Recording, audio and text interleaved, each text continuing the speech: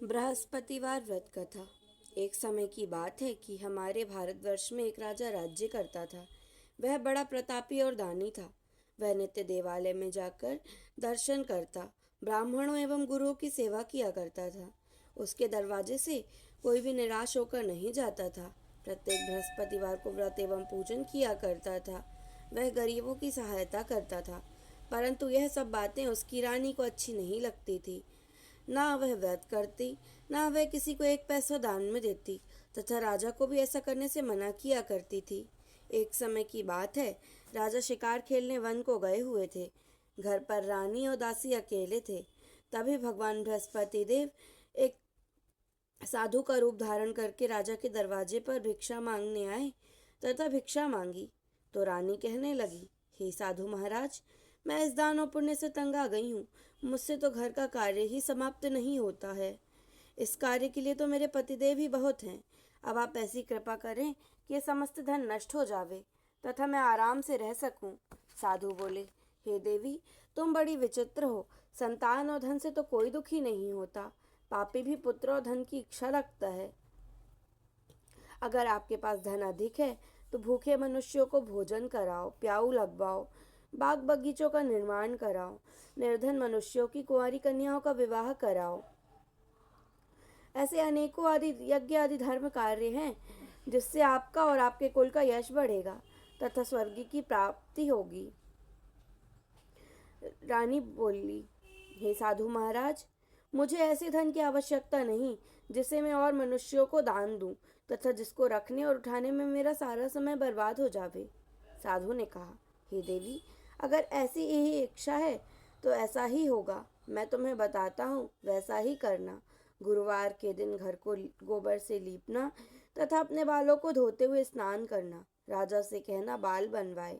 भोजन में मांस मदिरा खाना, कपड़े धोबी को धुलने डालना। इस प्रकार 7 बृहस्पतिवार करने से आपका समस्त धन नष्ट हो जाएगा। ऐसा कहकर वह साधु रूपी बृहस्पति देव वहां से अंतर्ध्यान हो गए। रानी ने साधु के कहे अनुसार वैसा ही करना प्रारंभ कर दिया। 3 बृहस्पतिवार ही बीत पाए थे कि उनका समस्त धन नष्ट हो गया। अब भोजन के लिए भी दोनों तरसने लगे। तब वह राजा रानी से कहने लगा, हे रानी, तुम यहीं रहो, मैं दूसरे देश को जाता हूँ। क्योंकि यहाँ पे मुझे सभी मनुष्य जानते हैं, इसलिए मैं कोई कार्य नहीं कर सकता। देश चोरी परदेश भीख के बराबर है। इतना कहकर राजा दूसरे देश को चला गया। वह जंगल में जाता, वहां से लकड़ी काट कर लाता और शहर में बेचता। इस प्रकार अपने दुखी जीवन को व्यतीत करने लगा। इधर राजा के घर रानी और दासी रह दुखी रहने लगे। किसी दिन भोजन तो किसी दिन जल पीकर रह जाती। एक समय की बात है, रानी और दासी को 7 दिन बिना भोजन के व्यतीत हो गए। तब रानी ने अपनी दासी से कहा, हे दासी, यहाँ पास के ही नगर में मेरी बहन रहती है। वह बड़ी धनवान है। इस कारण तुम उसके पास जाओ और वहां से 5 सेर बेझर मांग लाओ, जिससे कुछ समय की गुजर हो जाएगी। आज्ञा अनुसार दासी रानी की बहन के यहाँ गई। उस दिन गुरुवार था। रानी की बहन उस समय पूजन कर रही थी। तब दासी ने कहा, हे रानी, मुझे आपकी बहन ने भेजा है, मेरे लिए 5 सेर बेझर दे दो। इस प्रकार दासी ने अनेकों बार कहा, परंतु उस रानी ने कोई उत्तर नहीं दिया, क्योंकि उस दिन गुरुवार था और वह गुरुवार की कथा सुन रही थी। इस प्रकार जब दासी को किसी प्रकार का उत्तर ना मिला तो वह बहुत दुखी हुई तथा उसे क्रोध भी आया। वह अपनी रानी के पास लौटकर बोली, हे रानी, तुम्हारी बहन बहुत बड़ी आदमिन है। वह छोटे लोगों से बात तक नहीं करती। इसलिए जब मैंने उनसे कहा तो उन्होंने कोई उत्तर नहीं दिया। मैं वापस चली आई। रानी बोली, हे दासी, इसमें उसका कोई दोष नहीं है। जब बुरे दिन आते हैं तो कोई सहारा नहीं देता। अच्छे और बुरे का पता आपत्ति काल में ही लगता है। जो ईश्वर की इच्छा होगी वही होगा। सब हमारे भाग्य का दोष है। इधर रानी की बहन ने देखा कि मेरी बहन की दासी आई थी, परंतु मैं उससे नहीं बोली। इससे वह बहुत दुखी हुई। ऐसा सोचकर वह भगवान विष्णु का पूजन समाप्त कर वह रानी अपनी बहन के यहाँ गई और बोली, हे बहन, मैं बृहस्पतिवार का व्रत कर रही थी। जब तक कथा होती है तब तक ना उठते हैं ना बोलते हैं, इसलिए मैं नहीं बोली। कहो दासी क्यों गई थी? रानी बोली, हे बहन, वैसे तो तुमसे कोई बात छिपी नहीं है। हमारे घर अनाज नहीं था, इस कारण मैंने दासी को 5 सेर बेझर लेने के लिए भेजा था। रानी की बहन बोली, हे बहन, देखो बृहस्पति देव सभी की मनोकामनाओं को पूर्ण करते हैं।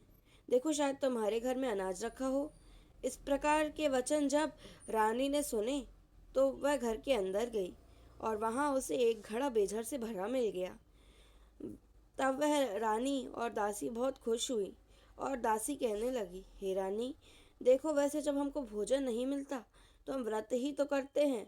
अगर इनसे व्रत की विधि पूछ ली जावे तो हम भी व्रत किया करेंगे। तब उस रानी ने अपनी बहन से व्रत की विधि पूछी। वो कहने लगी, हे बहन, बृहस्पतिवार के व्रत की कथा कैसे है तथा इस व्रत को कैसे करना चाहिए। तब रानी की बहन ने कहा, बृहस्पतिवार के दिन चने की दाल से भगवान विष्णु का केले की जड़ में पूजन करें, दीपक जलावें, भोजन पीला करें तथा कहानी सुने। इस प्रकार से गुरु भगवान प्रसन्न होते हैं, अन्य पुत्र धन देते हैं, मनोकामनाओं को पूर्ण करते हैं। इस प्रकार रानी और दासी ने निश्चय किया कि भगवान बृहस्पति देव का पूजन अवश्य करेंगे। 7 दिन बाद जब गुरुवार का दिन आया तो उन्होंने व्रत रखा, घुड़साल से जाकर चना गुड़ बीन लाई तथा दाल से भगवान विष्णु का केले की जड़ में पूजन किया। अब भोजन पीला कहाँ से आवे। बेचारी बहुत दुखी हुई, परंतु व्रत उन्होंने किया था, इसी कारण भगवान बृहस्पति देव प्रसन्न थे। 2 थालों में सुंदर पीला भोजन लेके आए और दासी को देकर बोले, हे दासी, ये तुम्हारे और तुम्हारी रानी के लिए है, तुम दोनों करना। दासी भोजन पाकर बड़ी प्रसन्न हुई और रानी से बोली, चलो रानी जी, भोजन कर लो। रानी को इस विषय में कुछ नहीं पता था, इसलिए वह बोली, हे दासी, तू ही भोजन कर ले, क्यों व्यर्थ में हंसी उड़ाती है। तब दासी ने कहा, एक महात्मा हम दोनों के लिए 2 थालों में भोजन दे गए हैं, इसलिए हम और तुम साथ साथ भोजन करेंगे। इस प्रकार रानी और दासी ने गुरु भगवान को नमस्कार करके भोजन प्रारंभ किया। अब वह प्रत्येक बृहस्पतिवार को गुरु भगवान का व्रत एवं पूजन करने लगी। बृहस्पति भगवान की कृपा से रानी और दासी के पास पुनः धन हो गया। रानी फिर उसी प्रकार आलस्य करने लगी।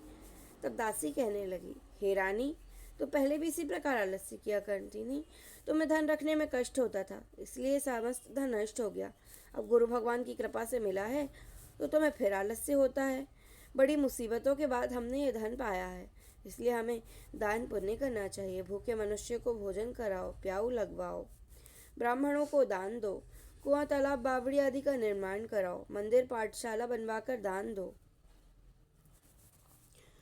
कुंवारी कन्याओं का विवाह कराओ, जिससे तुम्हारे और तुम्हारे कुल का यश बढ़े तथा तुम्हें स्वर्ग की प्राप्ति हो। रानी ने इसी प्रकार के कर्म करने प्रारंभ कर दिए तथा यश फैलने लगा। एक दिन रानी और दासी विचार करने लगी, न जाने राजा किस प्रकार होंगे, उनकी कोई खबर नहीं। उन्होंने गुरु भगवान बृहस्पति देव से प्रार्थना की और भगवान बृहस्पति देव ने राजा को स्वप्न में कहा, हे राजा, उठ, सभी सोच त्याग दे, तेरी दी तुझको याद कर रही है, अपने देश को चल। राजा प्रातःकाल उठा और विचार करने लगा। स्त्री जाति खाने और पहनने की संगिनी होती है, परंतु भगवान की आज्ञा मानकर वह अपने देश को चलने के लिए तैयार हुआ। इससे पूर्व जब राजा जंगल में गया तो परदेश में दुखी रहने लगा। प्रतिदिन जंगल से लकड़ी बीन कर लाता और उन्हें शहर में बेचता। इस प्रकार अपने दुखी जीवन को कठिनता से व्यतीत करने लगा। एक दिन वह अपनी पुरानी बातों को याद करके रोने लगा। तब जंगल में बृहस्पति देव एक साधु का रूप धारण करके आए और बोले, हे राजा, तुम इस सुनसान जंगल में किस चिंता में हो, मुझको बतलाओ। यह सुनकर राजा के नेत्रों में जल भर आया और साधु की वंदना करते हुए उसने संपूर्ण कथा बतला दी। महात्मा दयालु होते हैं। उससे बोले, हे राजा, तुम्हारी स्त्री ने बृहस्पति देव का अपमान किया था, इस कारण तुम्हारी यह दशा हुई। अब किसी बात की चिंता ना करो, भगवान तुम्हें पहले से अधिक धनवान करेगा। देखो, तुम्हारी स्त्री ने भी गुरुवार का व्रत आरंभ कर दिया है। मेरा कहना मानकर तुम भी बृहस्पतिवार का व्रत करो। चने की दाल और गुड़ से भगवान विष्णु का केले की जड़ में पूजन करो, कथा कहो और सुनो। भगवान बृहस्पति देव तेरी सभी मनोकामनाओं को पूर्ण करेगा। साधु को प्रसन्न देखकर राजा बोला, हे प्रभु, मुझे लकड़ी बेचकर इतना पैसा नहीं मिलता जिससे मैं भोजन के उपरांत कुछ भी बचा सकूं। और फिर कौन सी कहानी कहूँ, मुझे कुछ भी मालूम नहीं। मैंने रात्रि में अपनी रानी को व्याकुल देखा, परंतु मेरे पास कुछ भी ऐसा नहीं जिससे मैं उसकी खबर मंगा सकूं। साधु ने कहा, हे राजा, तुम किसी बात की चिंता मत करो। भगवान बृहस्पतिवार के दिन तुम्हें पहले से अधिक रोजाना की तरह तुम शहर लकड़ियां लेके जाओ। तुमको हर दिन से दुगना पैसा प्राप्त होगा, जिससे तुम भली प्रकार भोजन करोगे। और बृहस्पति देव की पूजा का सामान भी आ जाएगा। और बृहस्पति देव की कथा कहो, जो इस प्रकार है। बृहस्पति देव की कहानी। प्राचीन काल में एक ब्राह्मण थे। वह बहुत निर्धन थे। उनकी कोई संतान नहीं थी। उनकी स्त्री बहुत मलिनता के साथ रहती थी। ना वह स्नान करती, ना किसी देवता का पूजन करती। प्रातःकाल उठते ही सर्वप्रथम भोजन करती, बाद में कोई अन्य कार्य करती। इससे वह ब्राह्मण देवता बहुत दुखी रहते। बेचारे बहुत कुछ कहते, परंतु कोई परिणाम नहीं निकलता। भगवान की कृपा से ब्राह्मण की स्त्री को कन्या रूपी रत्न पैदा हुआ। वह कन्या अपने पिता के घर में बड़ी होने लगी। वह बालिका प्रातःकाल स्नान करके भगवान विष्णु का पूजन करने लगी। बृहस्पति देव का व्रत भी करने लगी। वह पूजा पाठ को समाप्त करके पाठशाला को जाती तो अपनी मुट्ठी में जौ भर कर ले जाती और पाठशाला के मार्ग में डालती जाती। तब वे जो स्वर्ण के हो जाते तो उन्हें लौटते समय बीन कर ले आती। एक दिन वह बालिका सोने के जौवों को सूप में फटक रही थी, तो उसकी माँ ने देख लिया और कहा, हे पुत्री, सोने के जौ को फटकने के लिए सोने का सूप होना आवश्यक है। दूसरे दिन गुरुवार था। इस कन्या ने व्रत रखा और बृहस्पति देव से प्रार्थना करने लगी, हे प्रभु, यदि मैंने आपकी पूजा सच्चे मन से की हो तो मेरे लिए सोने का सूप दे दो। बृहस्पति देव ने उसकी प्रार्थना स्वीकार कर ली। रोजाना की तरह जब वह बालिका जौ फैलाती हुई जाने लगी तो उसे बृहस्पति देव की कृपा से सोने का सूप मिला। उसे वह घर ले आई और उससे जौ साफ करने लगी, परंतु उसकी माँ का वही ढंग रहा। एक दिन यह कन्या सोने के सूप में जौ को साफ कर रही थी। उसी समय शहर का राजकुमार वहां से होकर निकला। इस कन्या के रूप और कार्य को देखकर मोहित हो गया और घर अन्न जल त्याग कर उदास हो लेट गया। जब राजा को इस बात का पता चला तो वह अपने मंत्रियों के साथ अपने पुत्र के पास गए और बोले, हे पुत्र, तुम्हें किसी बात का कष्ट है? किसी ने तुम्हारा अपमान किया है अथवा कोई और कारण है? मुझे बतलाओ, मैं वही करूँगा जिसमें तुम्हारी प्रसन्नता हो। जब अपने पिता की बात राजकुमार ने सुनी तो वह बोला, मुझे आपकी कृपा से किसी बात का कष्ट नहीं है। किसी ने मेरा अपमान भी नहीं किया, परंतु मैं उस लड़की से विवाह करना चाहता हूँ जो सोने के सूप में जौ साफ कर रही थी। यह सुनकर राजा को बहुत ही आश्चर्य हुआ। वह बोला, हे बेटा, इस तरह की कन्या का पता तुम ही बतलाओ, मैं उसके साथ तुम्हारा विवाह अवश्य ही करा दूंगा। राजकुमार ने उस लड़की के घर का पता बतलाया। ब्राह्मण देवता अपनी कन्या का विवाह राजकुमार के साथ करने के लिए तैयार हो गए। विधि विधान के अनुसार ब्राह्मण की कन्या का विवाह राजकुमार के साथ संपन्न हुआ। कन्या के घर से जाते ही ब्राह्मण देवता के घर में पहले की तरह गरीबी का निवास हो गया। अब भोजन के लिए भी अन्न बड़ी मुश्किल से मिलता था। एक दिन दुखी होकर ब्राह्मण देवता अपनी पुत्री के पास गए और बेटी ने पिता की दुखी अवस्था को देखकर अपनी माँ का हाल पूछा। ब्राह्मण देवता ने सभी हाल कह सुनाया। कन्या ने बहुत सा धन देकर पिता को विदा किया। इस तरह ब्राह्मण देवता का कुछ समय सुखपूर्वक व्यतीत हुआ। कुछ दिन बाद फिर वही हाल हो गया। ब्राह्मण देवता फिर अपनी कन्या के पास गए और सभी हाल कहें तो बेटी कहने लगी, हे पिताजी, आप माताजी को यहाँ लेवा लाओ, मैं उन्हें विधि बता दूंगी जिससे दरिद्रता दूर हो जाएगी। ब्राह्मण देवता अपनी स्त्री को साथ लेकर अपनी पुत्री के घर गए। पुत्री माँ को समझाने लगी, हे माँ, तुम प्रातःकाल उठकर सर्वप्रथम स्नान आदि करके भगवान विष्णु का पूजन करो तो दरिद्रता दूर हो जाएगी। परंतु उसकी माँ ने उसकी एक भी नहीं मानी। सुबह उठकर सर्वप्रथम अपनी पुत्री के बच्चों का जूठन खा लिया। एक दिन उसकी पुत्री को बहुत गुस्सा आया तो उसने एक कोठरी से समस्त सामान निकालकर उसने अपनी माँ को बंद कर दिया। प्रातःकाल उसमें से निकाला और स्नान आदि करा के पाठ कराया तो उसकी बुद्धि ठीक हो गई और वह प्रत्येक बृहस्पतिवार को व्रत भी रखने लगी। इस व्रत के प्रभाव से उसकी माँ बहुत ही धनवान तथा पुत्रवती हो गई और बृहस्पति देव के प्रभाव से स्वर्ग को प्राप्त हुई। ब्राह्मण देवता भी इस लोक के सुख भोग कर स्वर्ग को प्राप्त हुए। इस प्रकार की कहानी कहकर वह साधु रूपी बृहस्पति देव वहां से अंतर्ध्यान हो गए। धीरे धीरे समय व्यतीत होने पर वही बृहस्पतिवार का दिन आया। राजा ने जंगल से लकड़ी काटकर किसी शहर में बेचने गया। उसे हर दिन से अधिक पैसा मिला। राजा ने व्रत की सामग्री लाकर बृहस्पतिवार का व्रत किया, जिससे भगवान उस दिन से उसके सभी क्लेश दूर हो गए। परंतु जब दोबारा बृहस्पतिवार का दिन आया तो व्रत करना भूल गया। इससे भगवान बृहस्पति देव नाराज हो गए। उस दिन उस नगर के राजा ने विशाल यज्ञ का आयोजन किया। तथा खुशी में घोषणा करा दी, कोई भी मनुष्य अपने घर भोजन न बनावे, न आग जलावे, समस्त परिवार मेरे यहाँ भोजन करने आवे। इस आज्ञा को जो ना मानेगा उसे फांसी की सजा दी जाएगी। इस तरह की घोषणा संपूर्ण नगर में करवा दी गई। राजा की आज्ञा अनुसार शहर के सभी लोग भोजन करने गए, परंतु लकड़हारा कुछ देर से पहुंचा, इसलिए राजा उसे अपने साथ लिवा लाए और भोजन करा ही रहे थे तब रानी की दृष्टि उस खूंटी पर पड़ी जिस पर उसका हार लटका हुआ था। वह वहां दिखाई नहीं दिया। रानी ने निश्चय किया, मेरा हार इसी मनुष्य ने चुराया है। इस प्रकार तुरंत पुलिस को बुलवाकर उसे जेल खाने में डलवा दिया गया। जब राजा जेल खाने में पड़ा तो विचार करने लगा, ना जाने कौन से पूर्व जन्म के कर्म के कारण मुझे ये दुख प्राप्त हुआ है।